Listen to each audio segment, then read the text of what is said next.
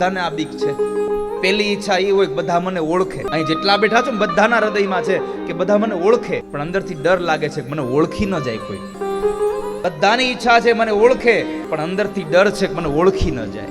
કારણ આપણે બધા બે લાઈફ જીવીએ છીએ. બારે કંઈક બીજું છે ને અંદરે કંઈક બીજું છે. મારી વ્યાસપીઠ આપ સૌને પ્રાર્થના કરે છે, જીવનમાં ખુશ રહેવું, જીવનમાં ક્યારેય પણ ભય નથી પામવો. તો જે છો એવા જ દેખાવ, જેવા દેખાવ છો એવા જ રહો. તમે જે બોલો છો એને જીવો, જે જીવો છો એટલું જ બોલો. બસ પોથી માયલા રીંગણા ન કરવા જોઈએ.